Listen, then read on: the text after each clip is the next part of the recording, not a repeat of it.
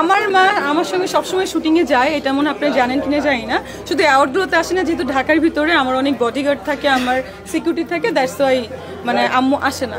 কিন্তু আম্মু সবসময় আমার সাথে শুটিংয়ে সারা জীবন গেছে, নট অনলি শুটিংয়ে, দেশের বাড়িও যখন আমি যাই এভরি টাইম আপনি পাসপোর্ট দেখতে পারবেন সেসব থাকে।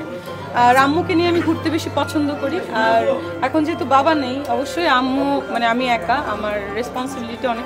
আমি দেখেছি আমার সব ছবি ভালো লাগে। ইনফ্যাক্ট একটা সত্য কথা কি জানেন, আমার সব আর্টিস্টকেই ভালো লাগে, সব নায়ককেও ভালো লাগে, সব নায়িকাকেও ভালো লাগে। আমি কিন্তু আমার যে অ্যাসিস্ট্যান্ট আছে বা আমার ফ্রেন্ড আছে তাদেরকে আমি দেখে দেখে বলি, আল্লাহ এই যে ইনাকে সুন্দর লাগছে, যেমন অ্যাজ লাইক সাবিলা নূরকে হ্যাঁ ভালো লাগছে, তিশা আপুকে ভালো লাগছে, মেহজাবিন আপুকে ভালো লাগছে, ওদিকে বলি যে হ্যাঁ পূজাকে ভালো লাগছে, ওদিকে কি বলি মাহি আপুকে ভালো লাগছে, পরিমণি ওয়াও বিউটিফুল।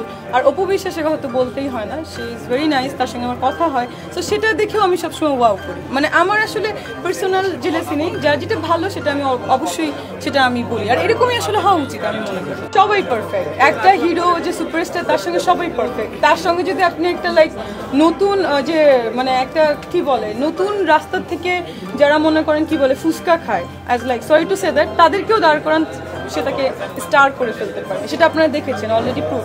সো তার সঙ্গে সবাইকে ভালো লাগে, আমার কেন দর্শকেরই তো ভালো লাগে, আমার ভালো লাগে দেখি যায়। ভালো খারাপ মানে সব কমেন্টই করে, বাট ম্যাক্সিমাম যে কমেন্টসগুলো করে থাকে দর্শক সবাইকেই করে, সে শুধুমাত্র যে আমাকে বাজে কমেন্ট করে বা আমাকে ভালো কমেন্ট করে তা না।